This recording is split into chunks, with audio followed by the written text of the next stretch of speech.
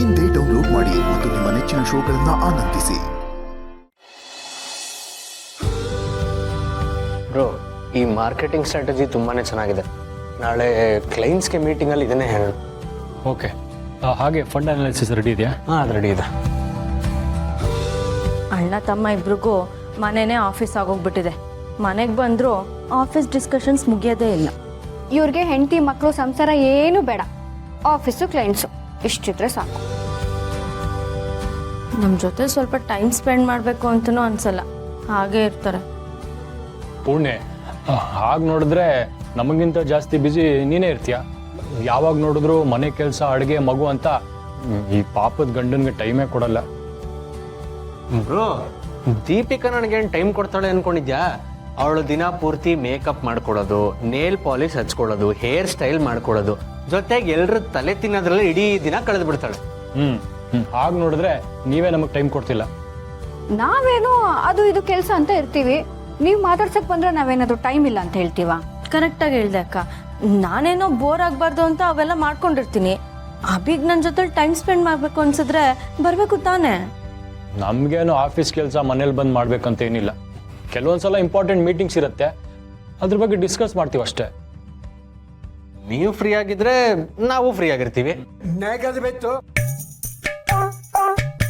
ತಾತ ಬಂದ್ರ?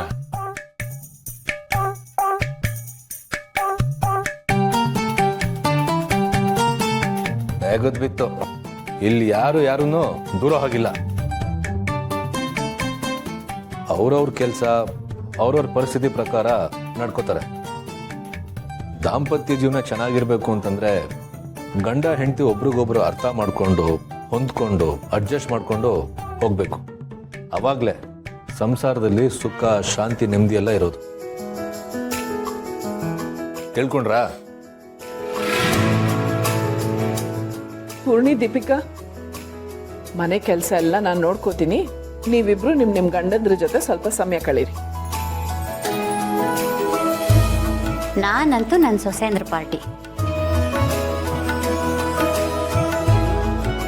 ಅವಿ ಇನ್ಮೇಲೆ ಆಫೀಸ್ ಕೆಲಸನ ಆದಷ್ಟು ಆಫೀಸಲ್ಲೇ ಮುಗಿಸ್ಕೊಂಬನ್ನಿ. ಮನೆ ತನಕ ತಗೊಂಬರ್ಬೇಡಿ. ನಿಮಗೆ ಮನೆಯವ್ರ ಬಗ್ಗೆ ಸ್ವಲ್ಪನೂ ಕಾಳಜಿ ಇಲ್ಲಪ್ಪ. ನಮಗೆ ಮನೆಯವ್ರ ಮೇಲೆ ಕಾಳಜಿ ಇಲ್ಲ ಅಂತ ನೀವು ಹೇಗೆ ಹೇಳ್ತೀರಾ? ಅಷ್ಟಕ್ಕೂ ನೀವು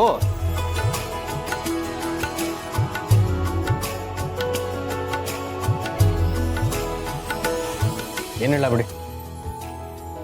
ನಿಮಗೆ ಆಫೀಸ್ಗಿಂತ ಮನೆನೇ ಇಂಪಾರ್ಟೆಂಟು ಅನ್ನೋ ಹಾಗಿದ್ದಿದ್ರೆ ಇವತ್ತು ನನ್ನ ಜೊತೆ ಹಾಸ್ಪಿಟಲಿಗೆ ಬರ್ತಿದ್ರಿ. ಆದರೆ ನೀವು ಬರಲಿಲ್ಲ.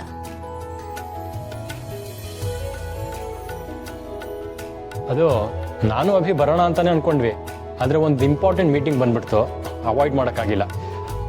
ದಯವಿಟ್ಟು ಕ್ಷಮಿಸ್ಬಿಡಿ. ನೆಕ್ಸ್ಟ್ ಟೈಮ್ ಖಂಡಿತ ಬರ್ತೀವಿ. ಸಾರಿ, ಬೇಜಾರು ಪಟ್ಕೋಬಿಡಿ. ನನಗೇನು ಬೇಸರ ಇಲ್ಲ. ನನಗೆ ಗೊತ್ತು ಆಫೀಸಲ್ಲಿ ನಿಮಗೆ ತುಂಬ ಕೆಲಸ ಇರುತ್ತೆ ಅಂತ. ಈಗ ಅದನ್ನೆಲ್ಲ ಬಿಡಿ. ನನ್ನ ಸೊಸೆಯಂದ್ರ ಜೊತೆ ಸ್ವಲ್ಪ ಹೊತ್ತು ಒಳ್ಳೆ ಸಮಯ ಕಳೀರಿ.